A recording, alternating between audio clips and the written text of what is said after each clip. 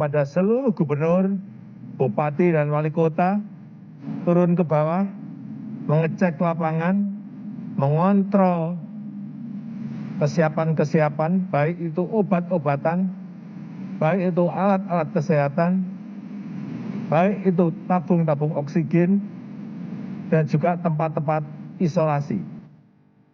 Ini situasinya nggak sama dengan waktu itu. Jadi kondisi sudah darurat sekali.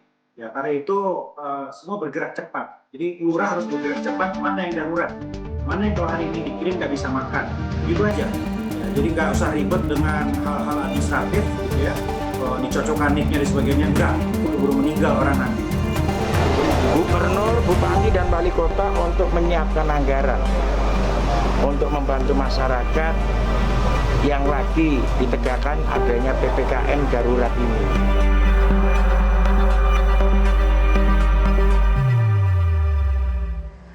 Pemirsa, kebijakan PPKM darurat diharapkan membuat semua kepala daerah kompak menjalankan aturan terkait penanganan COVID-19 sesuai dengan arahan pemerintah pusat. Karena jika model penanganannya berbeda-beda, maka upaya pengendalian kasus COVID-19 tidak akan berjalan efektif secara nasional. Bagaimana kepala daerah menjalankan kebijakan PPKM darurat yang telah menjadi keputusan pemerintah pusat? Apa peran kepala daerah yang harus dimaksimalkan lagi? Telah bergabung 3 orang narasumber, Wali Kota Bogor Bima Arya Sugiarto, Bupati Banjarnegara Budi Sarwono, dan pengamat kebijakan publik Trubus Rahadiansyah. Selamat malam Kang Bima, Pak Budi, dan juga Pak Trubus. Ya, selamat malam Mbak. Selamat malam, Mbak. Saya akan ke Kang Bima terlebih dahulu. Kang Bima, seminggu terakhir penambahan kasus harian di Kota Bogor fluktuatif, Kang. Tanggal 13 Juli misalnya 603 kasus, tanggal 14 Juli 166 kasus. Kalau untuk hari ini datanya belum bisa diakses di website. Kenapa begitu fluktuatif, Kang Bima? Datanya itu naik. Kondisinya itu masih sangat darurat dan jauh dari terkendali. Hari ini 436. Jumlah kasus yang masih sakit itu 8.444. Kemudian warga yang isoman itu 5.642. Kapasitas rumah sakit bednya itu 1.200. Jadi kondisinya sangat tidak baik, sangat darurat. Dan sejauh ini kami masih fokus kepada upaya untuk memastikan atensi atau pengawasan kepada warga yang isoman ini maksimal. Karena setiap hari agak naik warga yang meninggal dalam kondisi isolasi mandiri di kediaman. Dari posko kami, paling tidak setiap hari ada 8 warga yang meninggal karena perlu diurus di isoman. Ini lepas dari yang di rumah sakit begitu. Jadi kondisi secara keseluruhan seperti itu. Oke, masih darurat. 8 warga, rata-rata ada 8 warga meninggal karena isoman. Apa yang harus dievaluasi, Kang Bima? Begini, kalau mobilitas kita lihat sudah jauh berkurang atau menurun. Kalau ukurannya mobilitas di dalam kota atau mobilitas yang masuk atau keluar kota Bogor.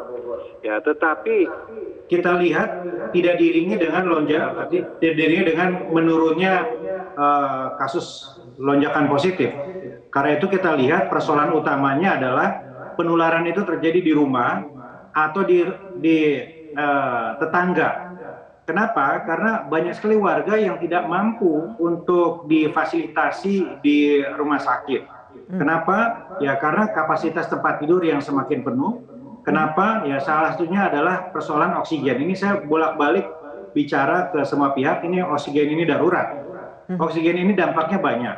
Ya, ketika oksigen nggak ada, bukan saja mengancam nyawa dan keselamatan para pasien, tetapi juga praktis mengurangi bed okupansi rasio di rumah sakit. Ada tempat tidur yang nggak bisa digunakan karena oksigennya nggak ada.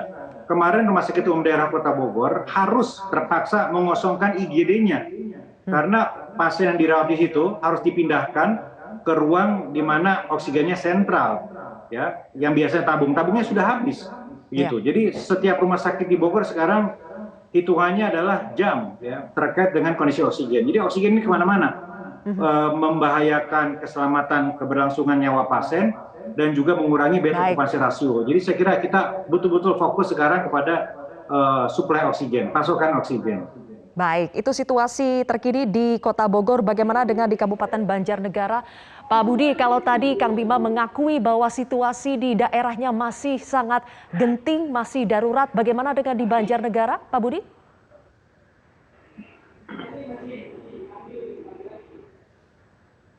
Halo, Pak Budi. Pak Bupati Banjarnegara, Anda bisa mendengar suara saya?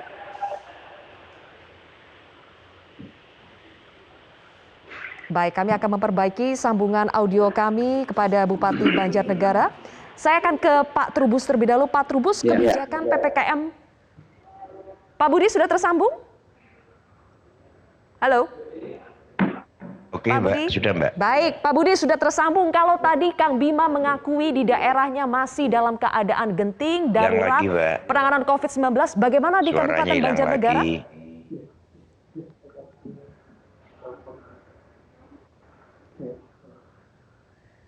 Baik, mohon maaf kami harus tetap memperbaiki sambungan kami ke Pak Budi. Saya akan ke Pak Trubus dulu. Pak Trubus, kalau kebijakan PPKM darurat diputuskan oleh pemerintah pusat, mau tidak mau harus dipatuhi oleh kepala daerahnya. Bagaimana Anda melihat kepatuhan dan kekompakan kepala daerah dalam menjalankan aturan PPKM darurat sejauh ini? Ya, sejauh ini memang belum optimal lah ya, artinya sinergitas antara pemerintah pusat dan pemerintah daerah dalam melaksanakan PPKM darurat. Meskipun kita akui ada beberapa daerah yang sangat patuh gitu ya, tetapi kita juga jumpai beberapa daerah itu juga seperti setengah hati gitu loh Mbak, di dalam melaksanakan yang namanya PPKM darurat.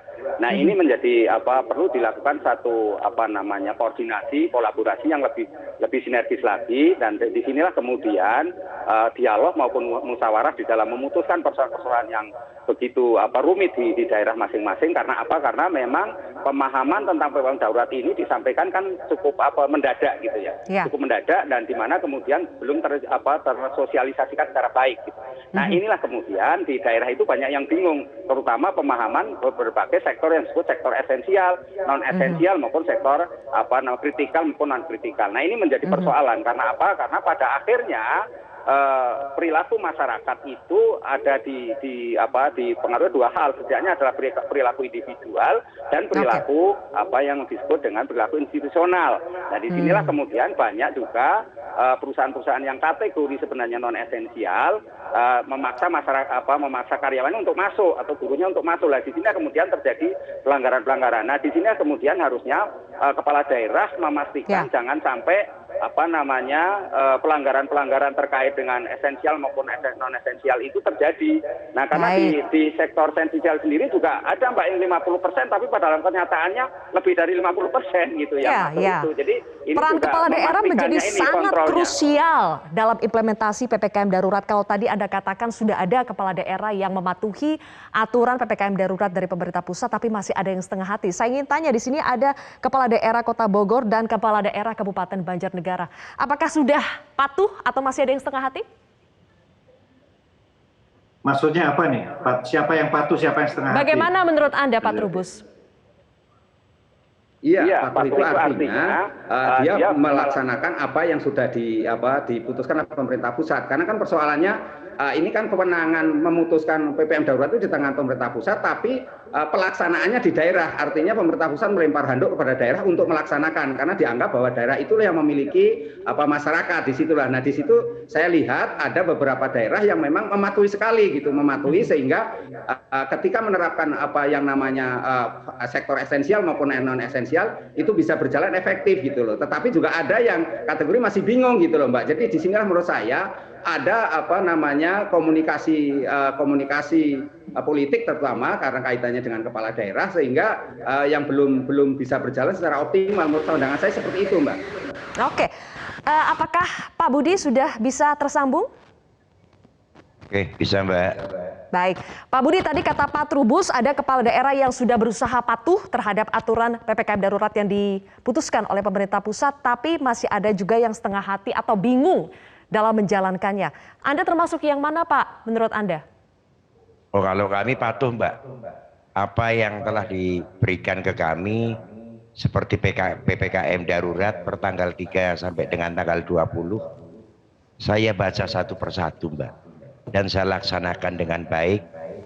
Cuman perlu dijelaskan ya Mbak ya, Banjarnegara ini kan bukan kota metropolis, sehingga tingkat mobilitasnya penduduk tidak terlalu tinggi Mbak. Namun pada masa PPKM darurat ini, Kabupaten Banjarnegara sudah menindaklanjuti arahan Menko Marinvest untuk memperlakukan pembatasan mobilitas, antara lain penyekatan di dalam kota, pemadaman penerangan jalan umum sebanyak 50%. Bersama seluruh unsur Satgas melakukan operasi justisi Mbak. Oke, kalau penyekatan dan upaya-upaya lainnya juga sudah dilakukan, berapa Pak misalnya indeks mobilitas masyarakat Kabupaten Banjarnegara saat ini, turun berapa persen? Untuk Banjarnegara itu turun Mbak ya, bagus sekali kok turunnya gitu. Indeksnya Banjarnegara itu sekarang posisinya sekitar 35% maksimal Mbak. Oke, dari normalnya biasanya 100%, sekarang tinggal 35% saja. Iya, Begitu maksud Anda? 35%. Oke, baik. Kita akan lanjutkan kembali terkait dengan peran kepala daerah untuk mengoptimalkan efektivitas dari PPKM darurat. Tapi kami harus jeda lagi, pemirsa. Prime Talk akan kembali sesaat lagi.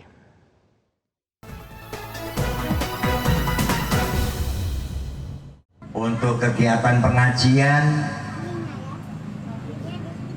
kegiatan olahraga, kesenian, empik, monggo jalan terus. Tapi aja kelalen, protokol kesehatan harus dijaga. Jangan sampai tidak dipakai, harus dilaksanakan. Pak Bupati Banjarnegara, tadi pernyataan Anda adalah saat sebelum PPKM darurat. Kalau sekarang pengajian, olahraga, kesenian, monggo jalan terus atau bagaimana Pak?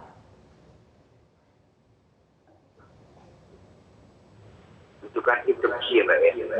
Instruksi untuk PPKM darurat itu kan instruksi. Jadi untuk kegiatan di tempat kami tidak ada. Semua kami hentikan sesuai dengan arahan dari PPKM darurat. Apa yang ada semuanya, saya hanya menjalankan jumlah yang diberikan dari pusat. Jadi pada waktu dulu saya mengizinkan ada kegiatan olahraga, kesenian, itu ada aturannya. Saya baca satu persatu gitu. Seperti kegiatan keagamaan 50%, manten, kesenian, olahraga 22%.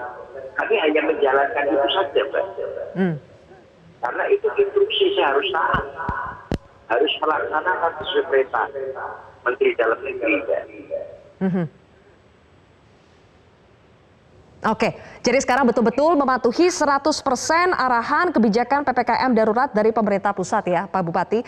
Bagaimana dengan Kang Bima di Kota Bogor? Kang Bima, sebetulnya aturan PPKM darurat dari pusat ini apakah memudahkan Anda untuk melakukan berbagai pengetatan mobilitas masyarakat? Karena kan Bogor termasuk daerah penyangga ibu kota. Apakah jadi malah semakin mudah? Hari ini nggak ada yang mudah.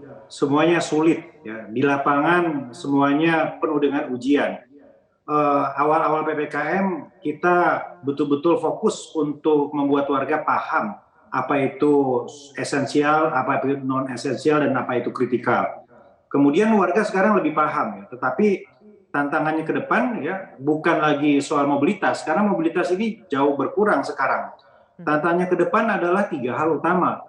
Oksigen yang saya sampaikan tadi, kemudian kedua tenaga kesehatan yang banyak terpapar dan sekarang mempengaruhi capaian vaksin dan juga layanan COVID, dan yang ketiga adalah obat-obatan yang mulai langka dan susah didapat gitu.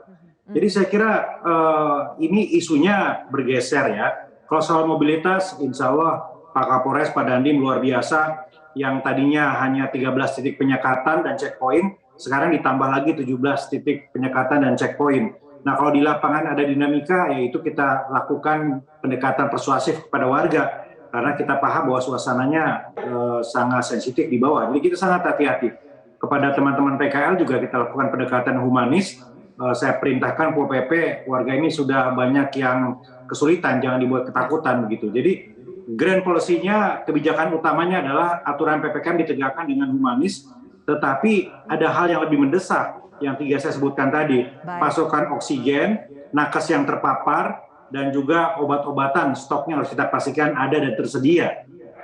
Oke, tidak ada yang sulit di masa sekarang ini, tidak ada yang tidak sulit di masa saat ini. Bagaimana cara Anda untuk mengupayakan 3 hal penting tadi, Kang Bima, oksigen, nakes banyak yang terpapar, dan juga obat-obatan? Apakah sudah ada upaya untuk memintanya kepada pusat? Ya, kami intens koordinasi dengan Pak Luhut, Pak Menteri Kesehatan, ya, koordinasi sangat baik. Beliau mengupayakan dengan berbagai macam jalur.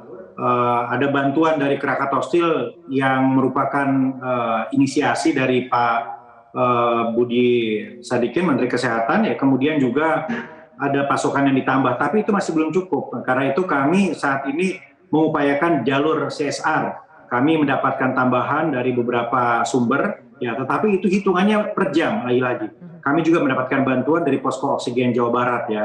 Jadi kita berpacu dengan waktu untuk oksigen ini. 1-2 hari ke depan masih aman, tapi untuk selanjutnya kita masih harus kerja keras lagi. Dan saya berharap pasokan oksigen untuk filling station yang memasuk ke Kota Bogor kembali normal, ya, karena dampaknya luas. Untuk obat-obatan kami komunikasikan kepada Kementerian Kesehatan, kepada Provinsi Jawa Barat, terus ditambah juga.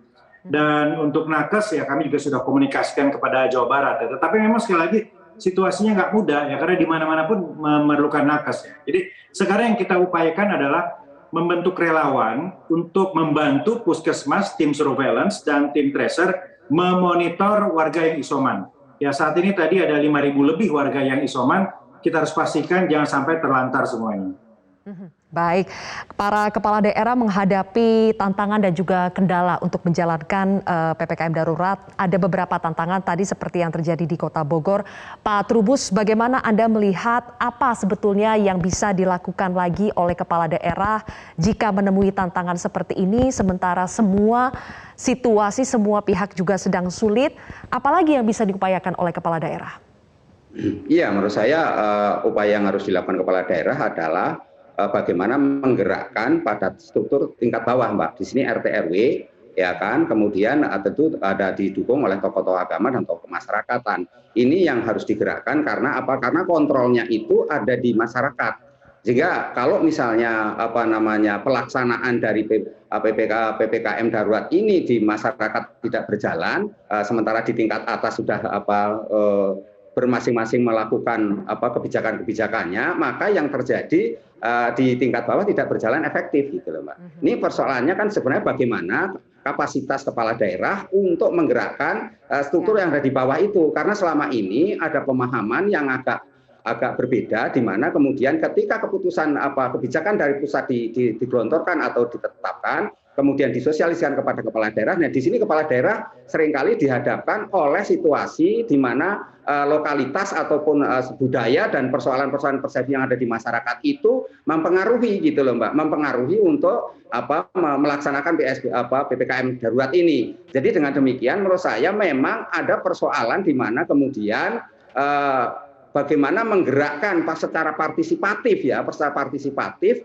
agar mereka komunitas-komunitas yang hidup di masyarakat itu bisa ikut terlibat. Karena kalau sudah seperti ini memang namanya situasi extraordinary, tidak ada sesuatu yang bisa dikatakan tunggal. Segala faktor mesti masuk dan sifatnya adalah multilinier. Karena itu dalam hal ini menurut saya memang ketegasan dan inovasi dan keberanian dari kepala daerah untuk menyelesaikan persoalan-persoalan yang dihadapi, termasuk di dalamnya mengenai anggaran, mengenai SDM, terutama tenaga kesehatan, dan kemudian fasilitas kesehatan, obat-obatan, dan oksigen, itu semua kepala daerah harus berjuang keras, karena persoalannya di tengah kelangkaan beberapa sektor itu, misalnya sektor oksigen misalnya, atau obat-obatan, ini kepala daerah harus secara proaktif melakukan istilahnya kolaborasi kerjasama para stakeholder, gitu, Mbak, para pihak-pihak yang berkepentingan. Nah, kalau tidak, maka yang terjadi pemenuhan terhadap kebutuhan-kebutuhan di daerahnya tidak akan terwujud, dan di sinilah kemudian layanan terhadap persoalan PPKM darurat ini menjadi terganggu. Nah, karena itu menurut saya di sinilah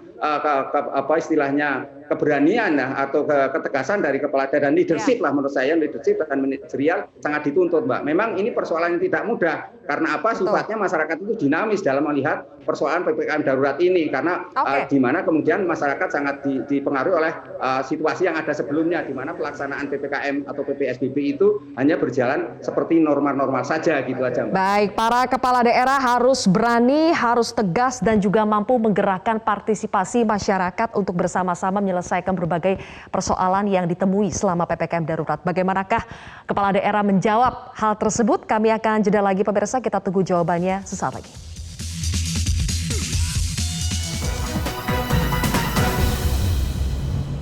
Anda kembali bersama kami di Prime Talk pemirsa. Saya akan kembali menyapa Pak Bupati Banjarnegara, Pak Budi Sarwono. Pak Budi, saya ingin tahu dulu sebelum kita menjawab soal bagaimana kepala daerah memberikan teladan, keberanian, ketegasan dan menggerakkan partisipasi masyarakat. Pak Budi, bagaimana sebetulnya perkembangan kasus COVID-19 di Banjarnegara saat ini? Karena data dari website yang saya dapatkan hanya soal kasus aktif. Jumlah kasus aktif di Banjarnegara saat ini sampai kemarin 1.525. Sebetulnya ini kecenderungannya bagaimana, Pak? Meningkatkah? Oke, alhamdulillah untuk per hari ini, Mbak, menurun ya. Saya jelaskan kondisi per hari ini tanggal 15 Juli tahun 2021. Kasus aktif di Banjarnegara totalnya ada 575 orang. Dengan rincian 247 orang dalam perawatan di rumah sakit. 318 orang karantina mandiri. 10 orang karantina terpusat. Saya juga mohon maaf sebelumnya. Dikarenakan keterbatasan SDM yang kami miliki ya Mbak ya. Seringkali pasien, halo? Ya, oke. Nah, sering sekali pasien yang sudah selesai masa isolasi dan sembuh, datanya tidak segera dihapus. Sehingga terjadi perbedaan data antara website dan data asli di lapangan. Kedepannya akan kami perbaiki sehingga tidak membuat masyarakat menjadi panik, Mbak. Oke, baik.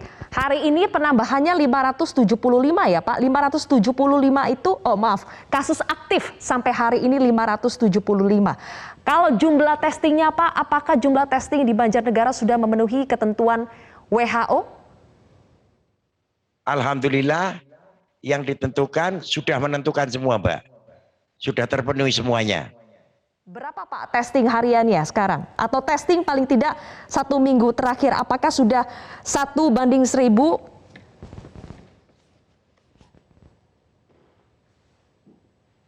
Kita untuk jatah per hari itu 1985 Mbak. 1985 Mbak yang kita dapat jatah dari Pak Luhut itu Pak.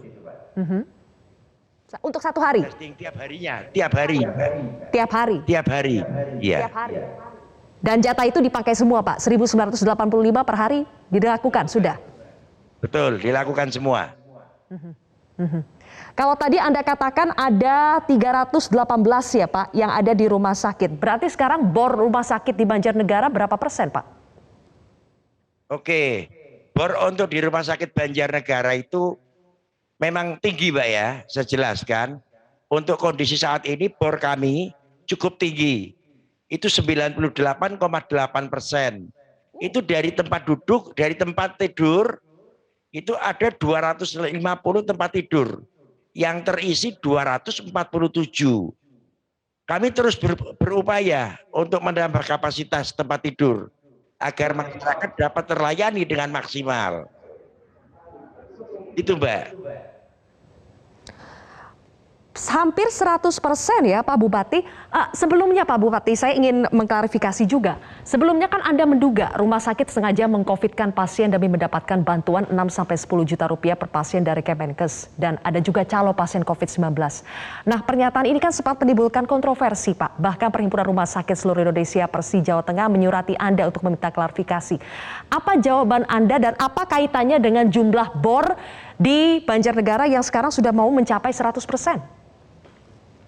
Oke Mbak, saya mau meluruskan Yang saya sampaikan itu bukan rumah sakit mengcovidkan pasien, tetapi terkait masalah klaim rumah sakit. Dan saya sampaikan hal itu untuk wilayah saya di Banjarnegara.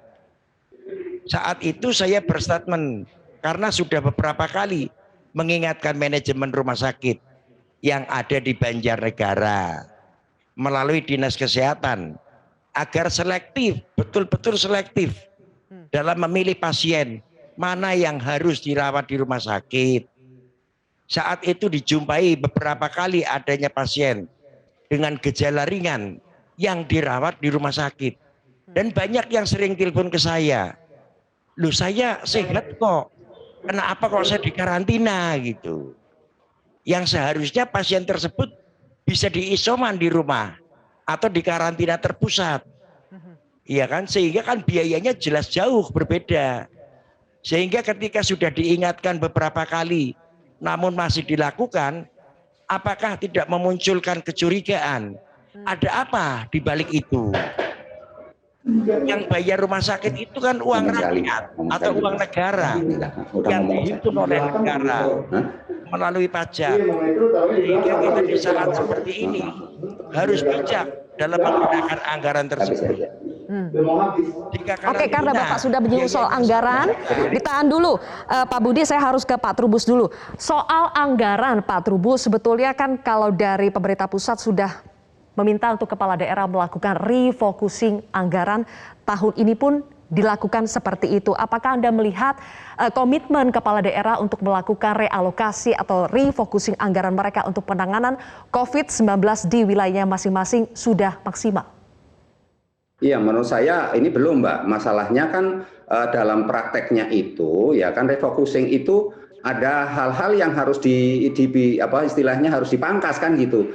Sektor-sektor atau anggaran-anggaran yang mana yang harus dipangkas ini kan butuh proses, Mbak, butuh waktu. Lah kalau misalnya terus tiba-tiba harus memotong, nah itu kan harus ada urusan pertanggungjawaban, Mbak. Nah, masalahnya kan ada dua hal yang harus dipatuhi oleh kepala daerah, yaitu soal satu aspek transparansi. Dia harus transparan semua apa yang terkait dengan anggaran itu. Yang kedua adalah terkait dengan akuntabilitas publik, Mbak, pertanggungjawabannya.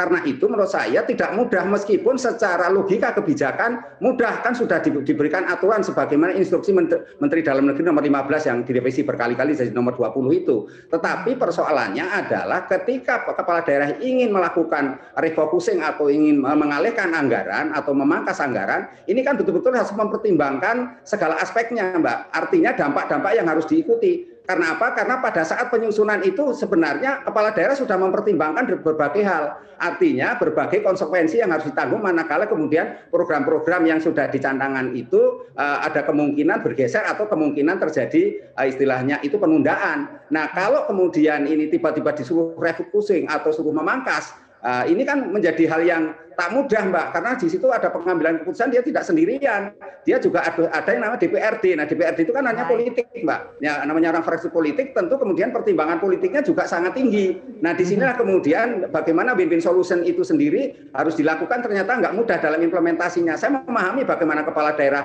inginnya segera cepat, karena situasinya memang harus cepat, tetapi kepala daerah juga terikat oleh aturan-aturan yang ada, di mana terkait dengan DPRD itu sendiri, Dewan sebagai pengawas daripada anggaran, Mbak. Ini yang harus dipahami. Karena itu kepala daerah yang ketika memutuskan itu perlu juga mempertimbangkan aspek yang lebih jauh. Dalam ini adalah bagaimana keberlangsungan dari anggaran yang sudah ditetapkan itu, Mbak. Ketika mereka sudah dipangkas kan, bagaimana program yang sudah ada itu kemudian harus dilanjutkan lagi. Ini kan juga harus dipikirkan gitu. Tidak bisa kita tiba-tiba mengatakan selesai atau anggaran itu dianggap sudah tutup. Kan nggak mungkin, Mbak. Ada sektor-sektor, misalnya sektor pendidikan kan harus berlanjut, ya kan, sektor kesehatan harus berlanjut lagi. Lah ini kepala daerah saya rasa sektor infrastruktur juga nggak mungkin diberhentikan tiba-tiba gitu, Mbak.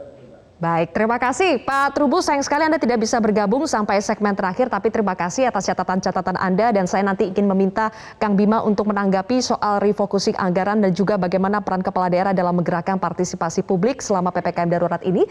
Tapi kita tunggu jawabannya usai jeda pemirsa, kami akan kembali sesaat lagi.